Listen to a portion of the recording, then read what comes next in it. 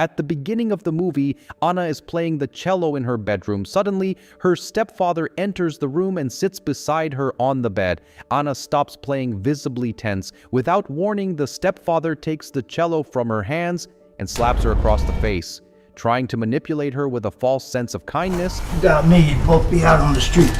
He makes his move, but Anna pushes him away with her foot. He loses balance, falls to the floor, and sustains a serious injury. Shortly after, Anna is investigated for manslaughter. During the trial, she explains what happened. It was an accident. I just tried to push him off me. Her mother, Darlene, insists that her husband never laid a hand on her daughter. Despite Anna's testimony, the court sentences her to 4 years in a reform school. Anna is transferred to prison along with other girls. The inmates welcome the newcomers with a mix of curiosity and hostility. The prison staff conduct examinations. All right, turn around, drop trowel. We good.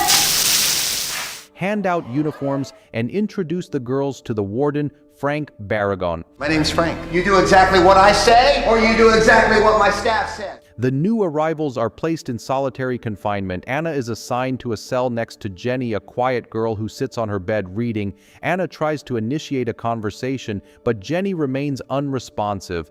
In the morning, Ginny watches Anna sleep, noticing her delicate features and feeling an unexpected attraction. The tension in the air is palpable. Anna wakes up to the soft, muffled sounds Ginny makes from the next bed. Later, the women are taken out for a walk in the garden. Away from the main group, Cody approaches Anna, sizing her up with a confident and somewhat intimidating presence. Uncomfortable with Cody's intensity, Anna pulls away. They meet again in the canteen. Cody offers Anna friendship and protection, pointing out how many prisoners have noticed her attractive face. Cody gestures towards Kira, implying that not all attention is safe. Politely, Anna declines Cody's offer. Cody, however, warns her that rejecting friendship might have consequences. As they pass by, Cody trips Anna, causing her to fall and spill her lunch tray on the floor. Outside the restroom, Cody and her friends corner Anna, teaching her a harsh lesson while staying in a camera-blind spot.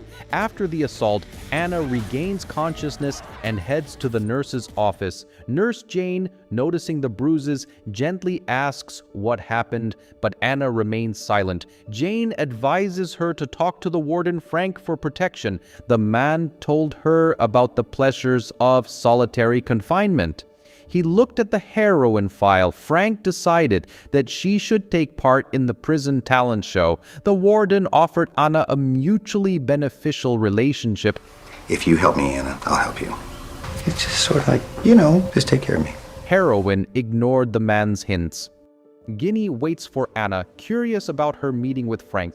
Ginny opens up, sharing that she has been in prison for 5 years. Eventually, Ginny moves closer and kisses Anna, offering a moment of comfort and intimacy. The two decide to unwind together. The next day, the prisoners attended a grammar lesson. Anna was escorted to the classroom. As they marched in, Kira shot her a glare and approached, trying to assert dominance. Suddenly, during the exercise routine, a ball hit Anna's head, thrown deliberately. Ginny, observing the incident from the playground, noticed the tension. Anna, determined to confront Cody about the situation, approached her. Just as Anna started talking, Joe interrupted aggressively, sparking a physical altercation. Cody then approached Anna, dismissing Joe's hostility, saying the new girl wasn't a threat. Curious about Anna's resilience, Cody hinted that to gain respect, Anna would need to prove herself to the gang.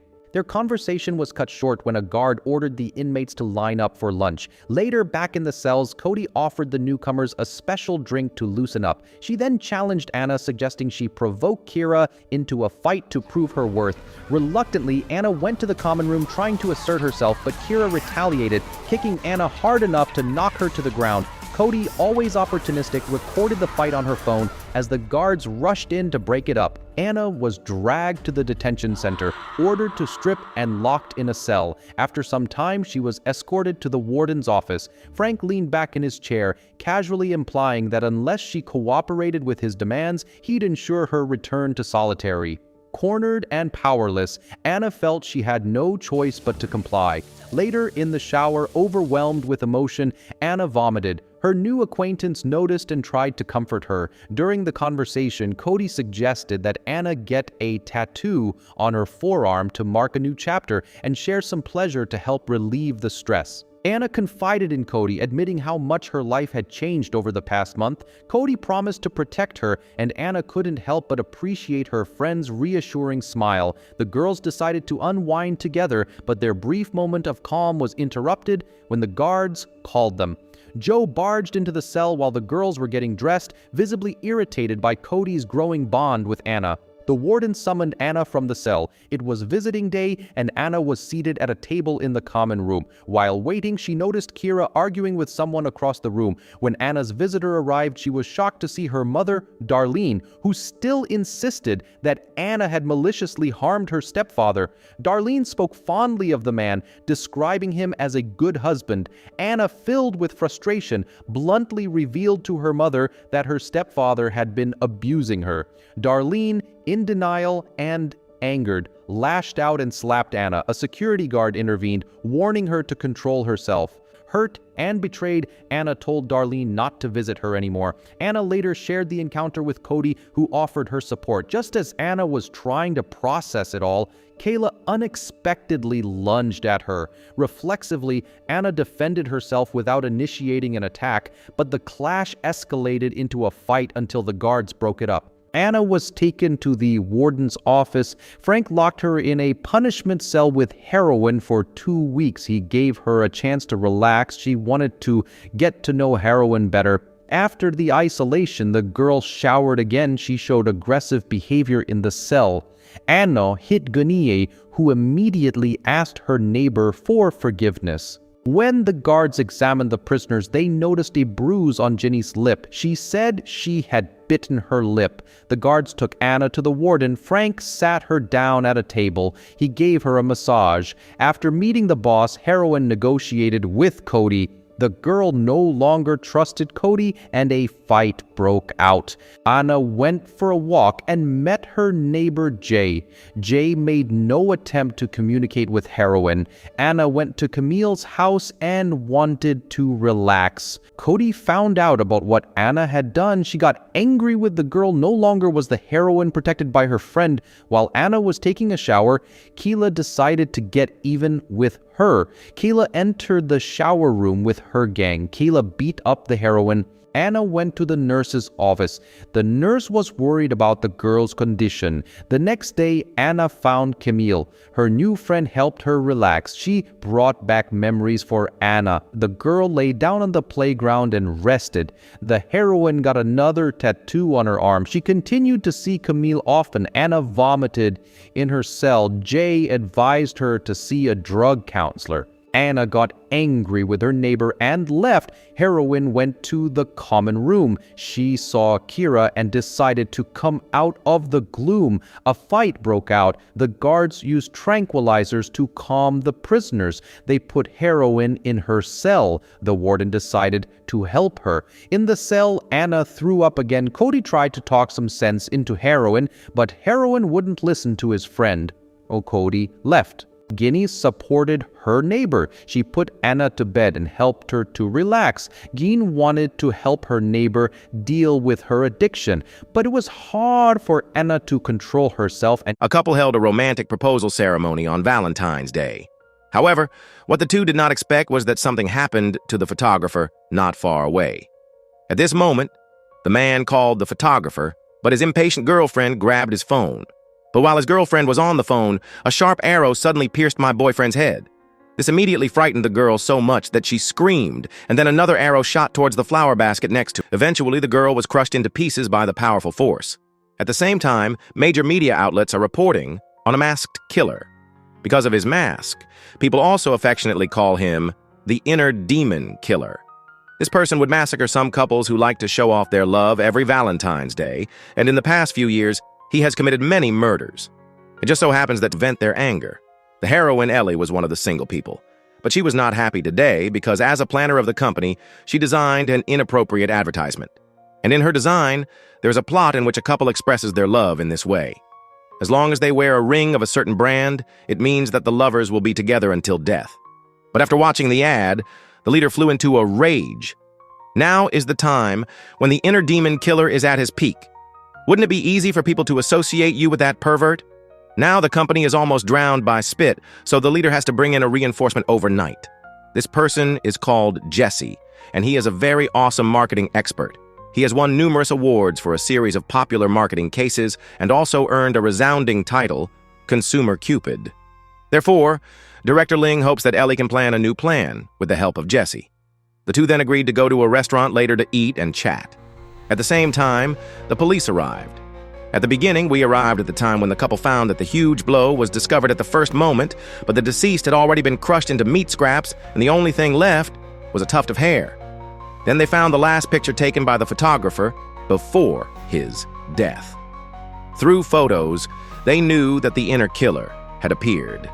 What's even more terrifying is that there are still 10 hours until the end of Valentine's Day, which means there is still plenty of time for the other party to kill someone. In the blink of an eye, it was night, and Ellie arrived at the restaurant where she had an appointment with Jesse on time, but due to the influence of the inner demon killer, even the restaurant has strengthened security. Every guest coming in must be checked and is not allowed to bring any controlled knives. At this time, the detector sounded an alarm. It turned out that Ellie, who advocates environmental protection, would carry an iron straw with her. Fortunately, the two of them were in the restaurant. And their opinions were exactly the opposite of each other. Seeing that there was no way to talk to each other, Jesse had to get up and leave.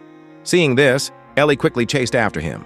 She knew that if the plan was not done well, you may lose your current job. So she begged Jesse to stay. But as they were talking, Ellie suddenly started to bite Jesse. It turned out that she met her ex-boyfriend.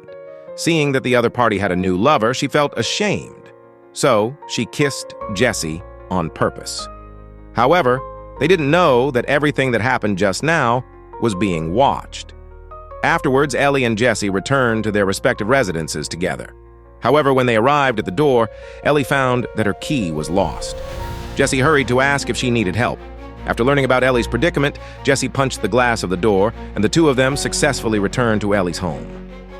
But when she got to the room, Ellie remembered her toys, and she wanted to hide them secretly. But I never expected that as soon as I opened the closet door, I would see the legendary inner demon killer. In order to save the girl, Jesse bravely stepped forward to confront his inner demon. But compared to a habitual murderer, Jesse is still a little weak. Simon quickly took control of Jesse and planned to send him away on the spot. Fortunately, Ellie, behind him, rescued him in time. After escaping, the two quickly ran to the living room. Then Ellie quickly pulled off Jesse's belt and tied the door to the iron railing next to it. At this time, they finally breathed a sigh of relief. But before they could start to be happy, the door of the house was pierced by weapons again, so they had no choice but to flee the house. When they saw someone, they immediately shouted. He asked for help, but the driver was also shot in the head on the spot. Seeing the inner demon being so cruel, Ellie quickly explained to him, obviously, the West Demon did not believe that they were not a couple, and interrupted Jesse, who was calling the police. The two had no choice but to continue to escape. Soon they broke into an abandoned building. However, before they ran far, Jesse told Ellie to stop immediately. She seemed to hear some strange noises. Sure enough, she heard it right. The inner demon suddenly rushed out and grabbed Ellie's neck in an instant. If you ask me, you might have gotten away with it if you hadn't asked others to stop. Fortunately, this boy made up for his mistake and saved Ellie, but she herself was in danger. In less than a moment, she was kicked to the ground by her inner demon and fainted on the spot. Seeing that the situation was not good, Ellie had to leave alone. Passing through the dark night, he saw an amusement park. He temporarily hid in the carousel. Suddenly, a shrill sound came. He quietly stuck his head out and found the inner demon swinging on the swing. At this moment, he was so scared that he didn't dare to make any sound. But when he looked again, the inner demon had disappeared. The next moment, the lights in the entire amusement park lit up and the carousel began to turn slowly. Just when Ellie was alert, the inner demon had already come behind her and slashed the dock with a knife. Fortunately, the heroine's aura is prominent enough. No matter how the inner demon appeared, it could not hit Ellie. Even when it was very close, it could not hurt her at all. Not only that, after a moment of stalemate, Ellie kicked her out in a very handsome way. But this little bit of damage has no effect on the inner demon. Then the inner demon picked up a big knife and started a new round of pursuit. But at this most critical moment, Ellie actually fell. Seeing this, the inner demon immediately raised the big knife in his hand. Fortunately, the police arrived in time. Ellie hurriedly shouted for help, but when she turned around, the inner demon mysteriously disappeared. Ellie immediately asked the police about Jesse's whereabouts, but these 10 police officers actually received the news that Seamus had been captured. Ellie was stunned. Didn't Seamus just escape? It was not until she saw the murderer that she realized that the police mistook Jesse for her inner demon. The reason was that when the police found Jesse, she was not only wearing the mask of the inner demon, but also holding a bloody weapon in her hand. Just like that, Detective Jesse Hobbs interrogated Jesse for the first time. But all the questions made Hobbs angry and he wanted to beat Jesse on the spot. But fortunately, Officer Xiao stopped him. Officer Xiao then began the second round of interrogation. According to police investigation, Jesse appeared in Boston in February 2012. He appeared in Philadelphia again in February 2024. And these two places happened to be the places where a couple was murdered. But after hearing this, Jesse tried to shirk responsibility by saying that he was a freelancer.